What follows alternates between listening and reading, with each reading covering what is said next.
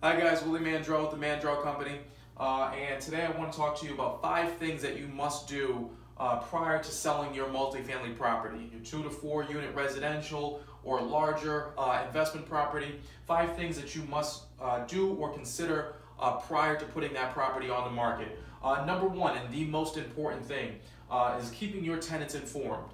Nothing can spoil a sale faster than having a tenant who was uninformed about the sale and now objects to that, that sale, is uncooperative in terms of letting potential buyers in, or coordinating with your realtor.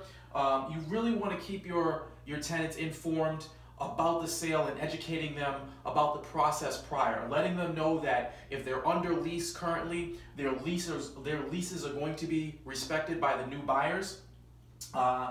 If they are worried about rent increases, having that conversation with them prior. Number one, I think the most important thing is also informing them about showing times. We're going to be having an open house on Saturdays and Sundays from 11 to 1. The realtor is also going to be contacting you for showings in between on Tuesday nights or Wednesday nights. We're going to try to keep it to a minimum as not to disturb your quality of living. We don't really want to interrupt your dinner time or special family events. Keeping that open, that line of communication with your tenants is going to help this sale move a lot more smoothly than having them uninformed. So making sure you keep your tenants informed, number one. Having a pre-sale inspection. This is not an absolute necessity, but it can really help move the sale along. If you have a home inspector come in prior to actually putting the house on the market, the home inspector will tell you which appliances are not working correctly, which plugs are not grounded. Does your roof look a little older? Is the foundation, need some type of pointing? If you have a pre-sale inspection, you can learn a lot about the property that you might not have otherwise known, and gives you an opportunity to address some of these issues prior to putting the house on the market, and can make the sale go a lot more smoothly than having the reverse happening and having a buyer do the home inspection and then them coming up with issues and this potential sale falling apart later on. Number three, check your smokes. If you're operating with a 2 to 3 or 4 family residential property, the sale cannot take place unless the Boston or local municipal fire department, depending on what your area is, comes in and assures that your smoke detectors are in the proper working order and the proper position within the home as well. So making sure that you're going around and checking your smokes, that they're 10 feet from every bedroom, that if you own a 3-family or above, that the hallways, the common area, the back and front hallways plus the basement are hardwired to an electric panel.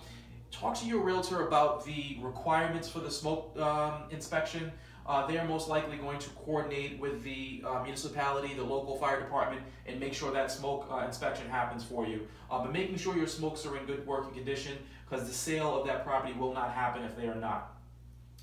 Number four, very important as well, talking to your CPA about the sale of that property. If you're selling that property, are you taking the cash and doing something with it? Are you cashing in? Is it closer to retirement? Your CPA is going to be able to advise you on the tax consequences. The federal government wants their money. The state and local governments also have a stake in the sale of your property as well. And talking to your CPA will give you a good understanding of what's going to happen, with with the cash after the sale of that property, and something that you really want to do and really understand prior, so you can make accommodations. Maybe you want to minimize your tax liability and talk to your CPA about a potential 1031 exchange, an exchange from one investment property to another. So talking to your CPA is very important.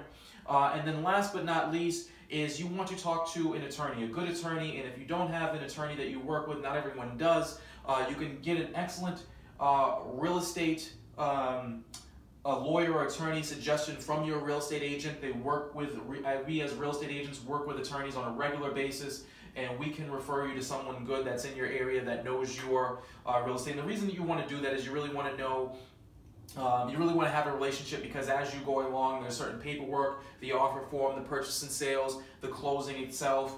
Your attorney might want to get power of attorney to sign for you at the closing, so you don't necessarily need to attend. There's a lot of legal aspects of selling property that you want to talk to your real estate attorney with as well.